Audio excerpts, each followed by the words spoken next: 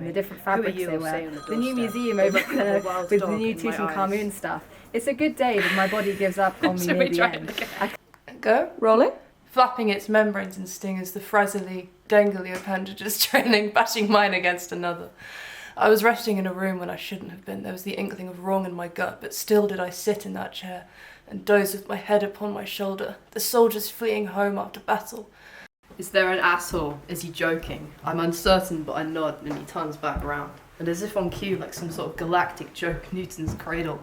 What goes up must come down again. A woman with massive headphones and a heavy accent turns.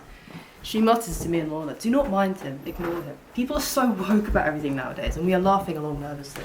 Lorna's hand still in mine, when she forges on. I slaughtered my own chickens this morning. I got one of my bracelet beads trapped in the butt of it, having a shower later anyway. The night endures in darks and lights, and I walk home with a group of friends, getting drenched in the rain. Having a shower later, umbrella dangling at my side. I keep making fanning motions.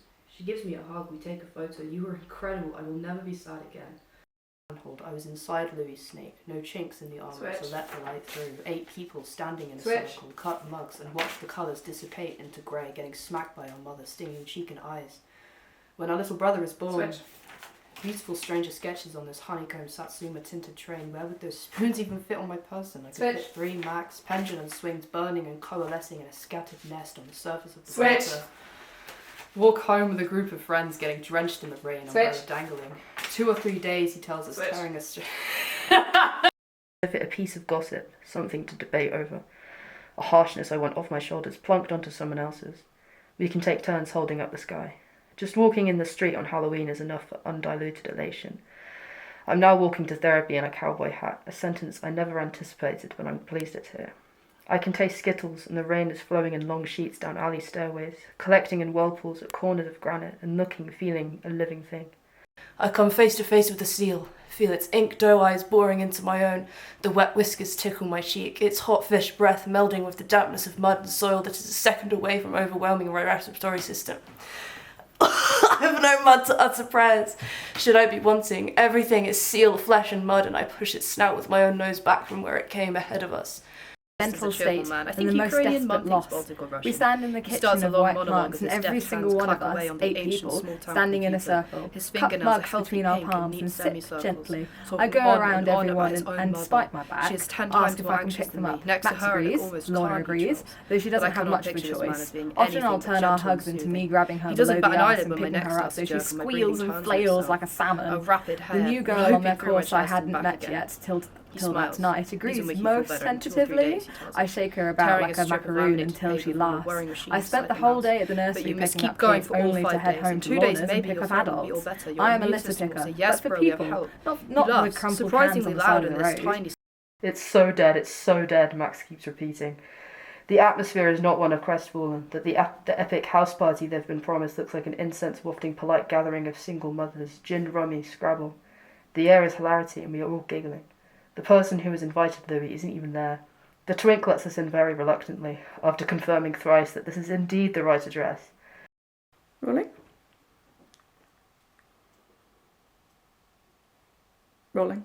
Oh, is that what he says? Yeah, sorry. I said it quite quietly. Are we still rolling? Yeah. Oh, okay. Hang on, for real. Falls into water and dissolves is made lighter. It's hard to tell where they are, voices bouncing round the chasm, autumn's final resting place. It's snowing with drifting leaves fluttering down in arcs of a metre, hundreds of pendulum swings burning and coalescing in a scattered nest on the surface of the water. It glitters when the sun strikes it from above the quarry.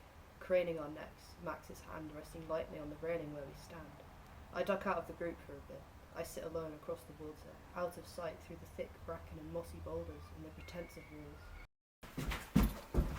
Should I? What you need to walk back? I'm done for the night, darling. Thank you so much for coming. And she grins, beckons me over. I don't want to bother you on your break. I get out. I point to her and scream as she grins, her humongous breasts on the bench next to her, and the sequin yellows is having a smoke. I'm weary. I've cried so much today, and it's like an unpleasant brightness has been following me around. I can't help but feel if the blonde lad with braces further down the cabin got a haircut, he'd look so much better. But he probably likes looking like a filthy mophead, the same way I like looking like a pineapple. Rolling. and I become the folded up child from Piranesi. I am origami, I am the silk rag in your glasses case.